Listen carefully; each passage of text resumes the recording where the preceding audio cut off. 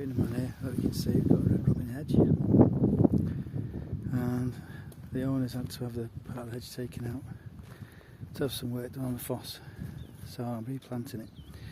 So briefly what it is, dug a trench all the way along, dropping plants in, well, drill a trench, put the compost in, layer of compost underneath, and spacing them out the same as the other trees are spaced, so I've marked it on the back of the spade to make it easier.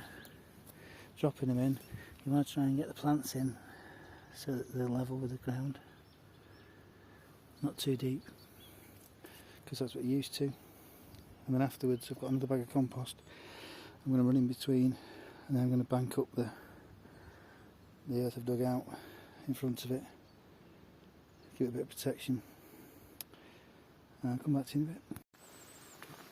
So back on the hedge, and I've filled the trough or the trench in between with the second bag of compost, and I've gone over the top with the spoils of stuff that I've dug out. I've just given them a good watering. Normally I'd soak them prior to planting, a day before or something like that, but 20 plants is a lot of space to soak. So